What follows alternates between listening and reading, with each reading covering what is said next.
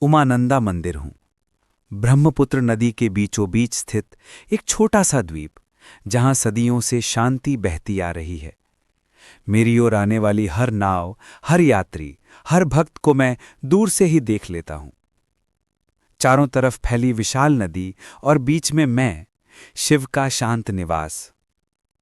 बहुत पुरानी बात है।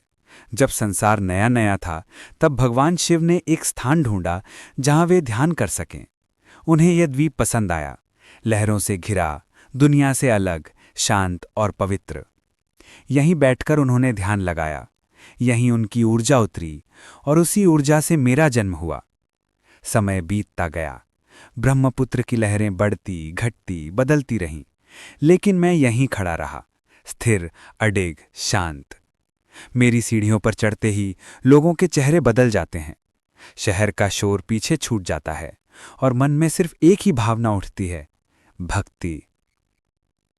मेरे गर्भगृह में भगवान शिव विराजते हैं। लोग मुझे उमानंदा कहते हैं, जिसका अर्थ है जिससे शिव आनंदित हों। कहानी है कि यहीं, इसी द्वीप पर कामदेव ने शिव की तपस्या भंग करने की कोशिश की थी।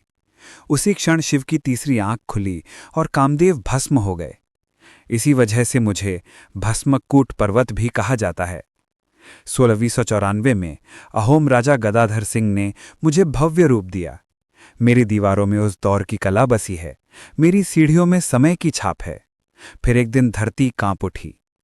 1897 का भूकंप मेरी संरचना को चीर गया, मुझे कमजोर कर गया, लेकिन मैं गिरा नहीं, क्योंकि मेरी नींव पत्थरों में नहीं, आस्था में थी।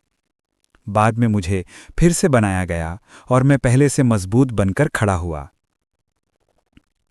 सुबह सुबह जब सूर्य नदी पर चमकता है, तो उसकी रोशनी मेरे ऊपर सोने की तरह बिखर जाती है। पक्षियों की आवाजें, पानी की लहरें और हवा की ठंडक मेरे आसपास एक ऐसी शांति रचती है जिसे शब्दों में बांधा नहीं जा सकता। जो भी नाव से मेरी ओर आता है, उसे ऐसा लगता है जैसे वो धीरे धीरे किसी दूसरी दुनिया में प्रवेश कर रहा हो, एक शांत, पवित्र और दिव्य दुनिया में। मैं आज भी यहीं हूं। नदी बह रही है, समय बदल रहा है, यात्री आते जाते रहते हैं, लेकिन